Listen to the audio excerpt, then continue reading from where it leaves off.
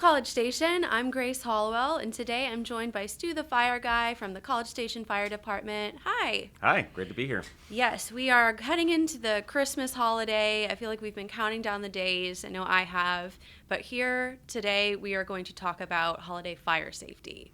That's right. So we made it through Thanksgiving. We got past that big hurdle. I don't think anybody burned their house to the ground in our city on Thanksgiving Day, so that everybody was safe with their cooking and with all their family over, so that's good. But the other two busiest days for cooking fires across the country are Christmas Eve and Christmas Day. So still keep in mind, need to be safe in the kitchen. Keep kids and pets and all those distractions away from the kitchen when you're cooking a big meal, and always stay with what you're cooking, whether you're cooking in the kitchen or out on the grill if the weather's nice enough, which it is sometimes for Christmas for us, right? So just always stay by and pay attention to what you're cooking. Don't get distracted, because that's when the accidents happen. That's when flare-ups happen, or something gets burned or catches on fire, is when you're away and not paying attention to it. And another precaution is to have some sort of fire safety equipment nearby in your kitchen, correct? That's right. If a pan catches on fire, the first thing you want to do is turn off the source of the heat. So turn the burner off. And then if you have a lid nearby, smother that fire.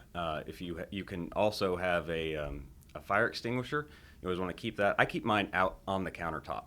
If you put it under the sink, it's going to get shoved to the back. It's going to be hiding behind the dishwasher detergent and the Fabuloso and all the other great things that you put under your sink. And so keep that out on top of your countertop. Mine sits next to the paper towels, honestly. It's a little ugly, but it's right there where I always know where it is and I can grab it quickly. Another thing that people have started putting in their kitchens is fire blankets. It's a special material that's fire resistant, and it's a pretty big size.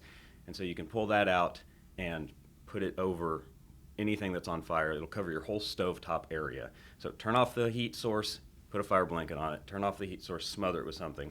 Not a good idea to pick it up and run outside with it. Right. Because running is going to create a breeze and it's going to flare up into you. It's going to slosh possibly. Also not a good idea to pick it up and throw it into the sink. Because if you're dealing with grease, it's going to splatter. It'll splatter all over your arms. I've seen those kind of injuries here in my career. It's not pretty. And then hitting it with water is not a good idea either, because for a grease fire, that grease is just going to spread and try to get away from the water, so you're going to create a bigger mess. So turn off the heat source, smother the flames. If the fire is in the oven, that's a simple one. Keep the door closed. Right. Turn off the oven, keep the door closed. Smoke is going to vent into your house. It's going to be annoying. We can come help you get the smoke out of your house, but don't open up the oven door and give it a big fresh burst of air, because it's just going to make it really angry, and then you're going to have a big problem. Yes, so try your best to stay calm. I know that's easier said than done. Yes. But like you mentioned, kids, keep them away. I'm a new kitten mom. Okay. And he is in the stage of crawling on top of everything. Mm-hmm. So I make sure whenever I'm cooking, he is locked in a bedroom with his toys away from the hot stove or knocking things over to catch them on fire. Absolutely. Another good trick is to get a squirt bottle and keep that in your week. That's what we do, because we have cats too. So we keep a squirt bottle, and anytime they jump up or do something they're not allowed to do, they get Yes, teach them as well that fire can be dangerous. Yep. And it's dangerous in and outside of the kitchen, especially with certain holiday decorations. Yes, so this time of year everybody wants their house to smell like pumpkin spice or peppermint or whatever, and so you've got candles burning, and candles are the biggest cause of home fires outside of cooking. Yes. So if you're talking about home fires that are caused by decorations, candles cause almost half of those fires, which is because people leave them unattended and they're burning them where they shouldn't be burning them. I burn a candle in my house. It sits in the very center of the kitchen island, and so it's 2 or 3 feet from everything else, and there's no other decor around it. There's no foliage or leaves or snowmen, or there's nothing else around it. It sits right there in the middle where little kids can't reach over and play with it, and the cat can't easily knock it off. Right. So, and I don't leave it burning when I'm not there, when I'm not active in the kitchen or that part of the house. If I'm leaving, even if I'm just going outside to do some work outside, I'll blow it out. Yes. So always attend to your candles if you're going to burn candles, and make sure that they're very far away from anything that can catch on fire. What usually happens is they're near curtains, or they're in a bedroom in a pile of clothes. Those tall taper candles can fall over. Even just striking the match and not throwing the match in the sink, or not running it underwater when you're done with the match. If I strike a match, it goes in the sink. Right. I'll come back later and pick it up and throw it away. But striking a match and throwing it in the garbage is another common cause of fires. Right. Yep. And candle warmers, I know they make those nowadays. That's a little bit safer of an alternative than an open flame.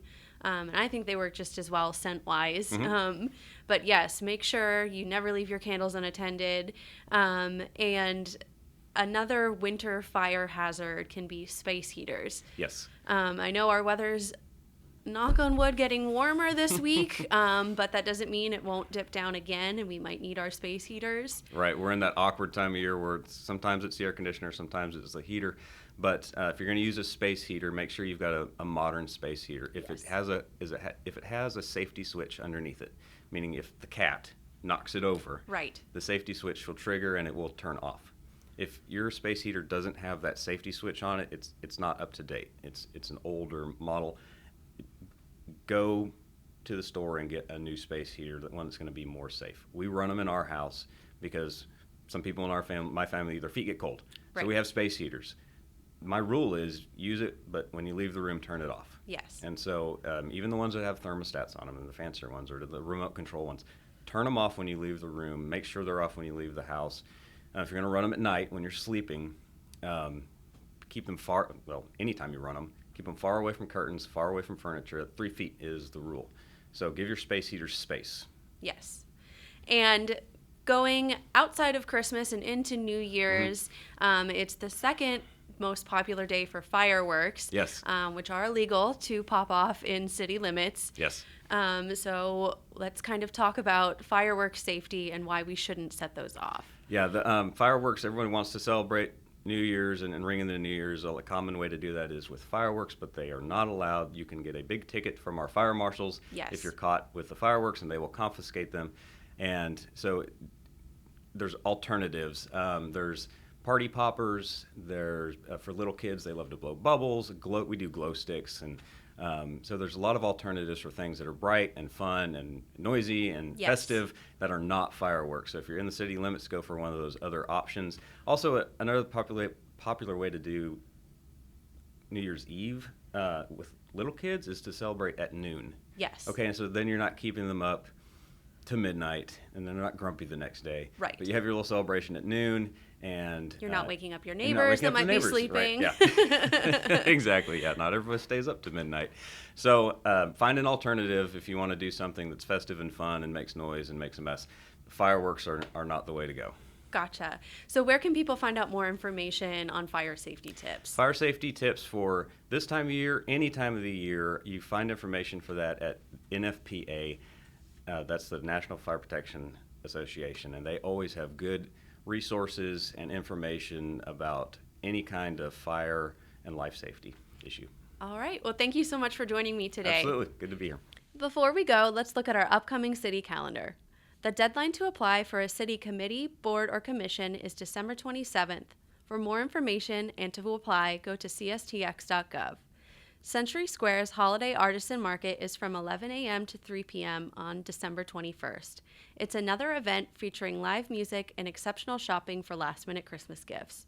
For more on these and other events, go to cstx.gov/calendar, and that's what's up.